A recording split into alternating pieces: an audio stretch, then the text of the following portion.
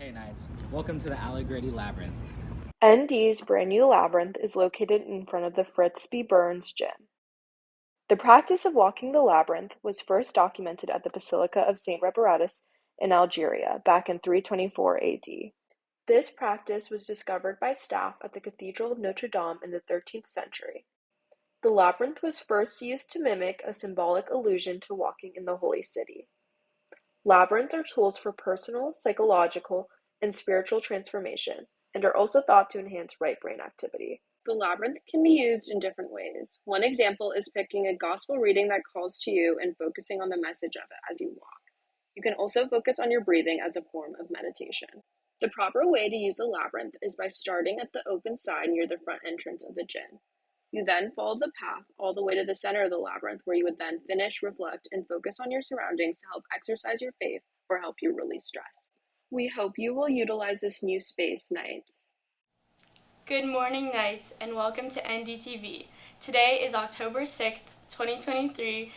Thank you, Christian leaders, for that great mission moment. I am your anchor, Ella Rothman, here with Ford Quaintance to bring you your morning news show. Ford, what do we have for today? Appreciate it. We got some great stuff in store for you guys today. First and foremost, we all know the Writers Guild of America just reached an agreement in the strike, but the actors, well, they're still trying to figure some stuff out. So our Knights decided to go in and get some exclusive insider information to see what's happening. Next, we all know that with inflation rising, prices are going through the roof, and so that means our concert ticket prices are just skyrocketing. So we decided to go around and ask some Knights to see what they're paying to attend concerts. Speaking of music, we will see if Notre Dame students have better dancing or detective skills. After, we will watch two Knights fulfill items on their bucket list. Of course, lastly, we had to go and check in on the Spikeball tournament to see which team is performing the best. Stay tuned, Knights. We got a great show coming up for y'all. Like the ceiling can't hold us.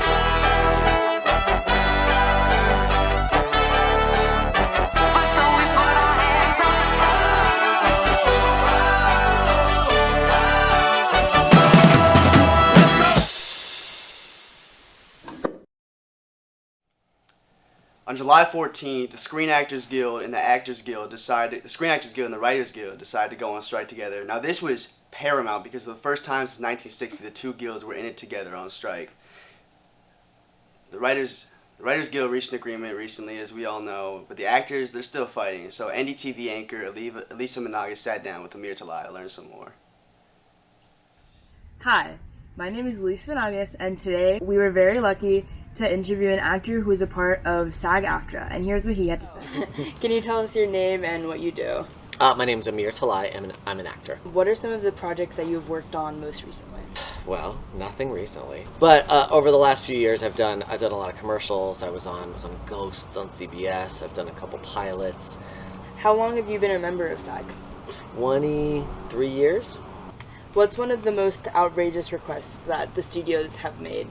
Is to allow them to scan someone's body and face and then program AI with that person's body and face. Many people perceive actors as famous, rich, and very well off. How is that not true for most actors? A lot of people think that if you're an actor, you're famous and you're rich, and obviously there's some of those, but there's 160,000 people in SAG-AFTRA, and 87% of us make less than $26,000 a year.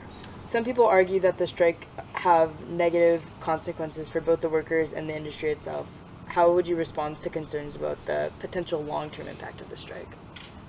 The strike has definitely had negative consequences for everyone involved. I think that's part of the point of a strike. Yeah. Right? At a certain point, the conditions, the working conditions, become so terrible that the workers decide that they're willing to hurt themselves to avoid future hurt. Also, a lot of what we're doing is demonstrating the power of unions, and hopefully, people can see that they can unionize their own workplaces, whether they're connected to Hollywood or not. Thank you so much to Amir for taking the time out of his day to do this interview with us. We learned so much about the strike and hope that the negotiations come to an end soon. To find more information about the strike, go to sagafterstrike.org. Thank you, Elisa, for telling us how the strike is going. We can all hope that it ends soon. With so many amazing concerts this year, from Taylor Swift to Drake, we can wonder how many nights have attended these concerts, but the ticket prices have risen. So we went to find out what concerts people have been attending and their insights. Hi, I'm Anna Nichols, and with many amazing concerts over the summer, but ticket prices rising, we went to the quad to ask Notre Dame students their opinion on concerts, ticket prices, and if they think it's really worth it.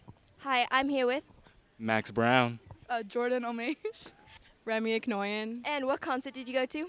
I just went to the Drake concert last month. I went to Ed Sheeran over the weekend. Last July I went to an Alicia Keys concert. What were the ticket prices? $200 each for general admission on the floor. Ticket prices were really, really expensive. I sat close, and that was over $1,000 per ticket. Ooh, ticket prices, they're like 200, you know what I mean? Were they worth it? Absolutely. Absolutely. It was so much fun. Sang every word. I'm her biggest fan, you know what I mean? Alicia Keys, if you're watching this, just quick shout out. It was so worth it. I had the best time. I went with Cameron Giovanni and Danielle Russell. Yeah, for Drake, yeah, 100%. Drake is the best. Love Drake. Do you think that the ticket prices are ever too high? Yes, Taylor Swift is $1 million, and I don't think it's worth it. No, yeah, I think they were high enough, but it was really hard to get in because the prices were so expensive. Well, I mean, no one likes to pay a lot of money for tickets, so of course it would be better if it was lower. But, all in all, it was worth spending the money. So Thank you. That's it. There you have it. Though ticket prices are really high, people still think it's worth it for the unforgettable experience. I'm Anna, signing out for NDTV. The amount of money spent on concert ticket prices are crazy. When we get to see all these cool events, I mean, it makes you think it's gotta be worth it, right? Anyway, next up, we got some ND students figuring out who is the musical imposter. For this game, 4 ND students are brought together to find out who's the imposter. All of them are listening to the same song, except for one. After the song is over, they will have to guess who the imposter is. Okay, start playing them. Just a second. Oh, yeah. Let's put the ringer down. I got your brain. You guys better all start hitting. But on stage you're a star. You wanted the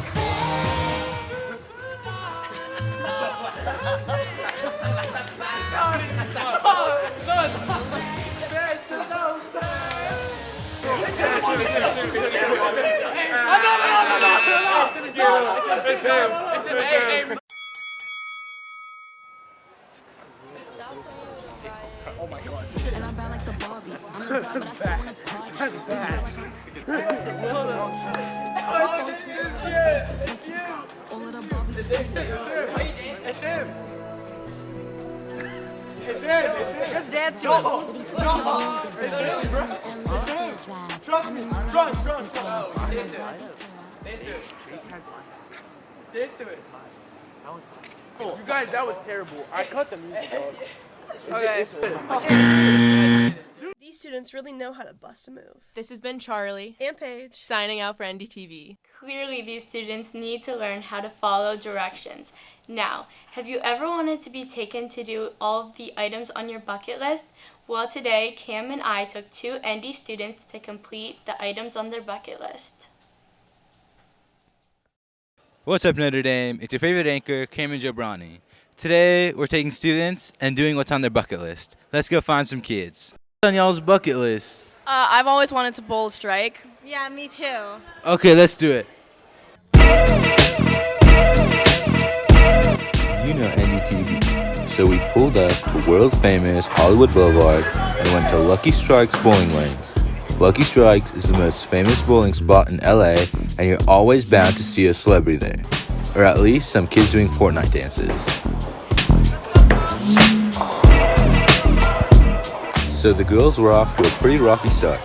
They kept hitting the gutter over and over and over and over and over and over again. But then their luck started to shift. We had a few close ones, but as our time was approaching its end, we lost all hope. Until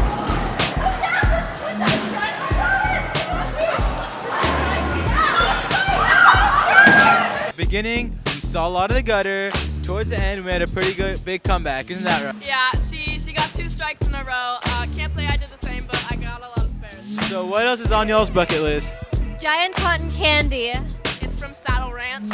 So we moseyed on over from Hollywood all the way over to West Hollywood, traversing mountain ranges and passing by palm trees on the way there until we finally saw it. It was so sick.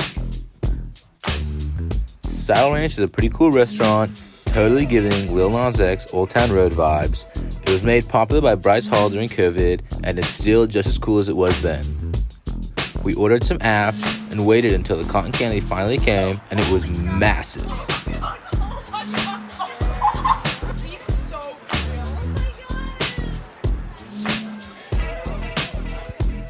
Okay guys, we pulled up to Saddle Ranch, West Hollywood, ordered a massive piece of cotton candy over here. What do y'all think of it? It's so good. It's so good. It's huge. Such a unique experience. Definitely gonna come back here. Saddle Ranch, Sunset, everybody. #1 restaurant, #1 for the biggest cotton candy in the world. God bless. This has been Cameron Jobrani signing out for NDTV. Wow, that cotton candy was massive. It would be so much fun to do what's on my bucket list. Now, to conclude our show, get excited nice because intramural sports are back. The very first intramural sport of this year, Spikeball, so we sent NDTV reporter Cole House to go check it out. Last week, we brought you a story about the turf, and this week, we see students actually using it for the new ND Spikeball tournament, which are held during lunch. In case you don't know about the sport, Spikeball is played 2v2, where players use a hula hoop-sized spikeball net placed between the teams and a ball at the ready. A player starts the game by serving the ball down on the net so it ricochets up at their opponents. This week's game was played by senior students, and the winners were Sebastian Staffers, Asher Rollins, Gunnar Stromsberg, and Jack Kirkland. Good job, everybody. Make sure that you go out and support the Spikeball tournament during lunch. I'm Cole House, reporting for NDTV. That's our show for today. Thank you so much for watching. As we close, we want to remind you that our online film workshops are back. This month's workshop will present film, TV, and music directors. For a list of the panel, please see the flyers around campus. And to sign up, email ndhsvideos@gmail.com. The event will take place this Saturday online at 10 a.m. I'm Ford Acquaintance, here with Ella Rothan, wishing you a happy and healthy weekend. Nice. Thank you for tuning in.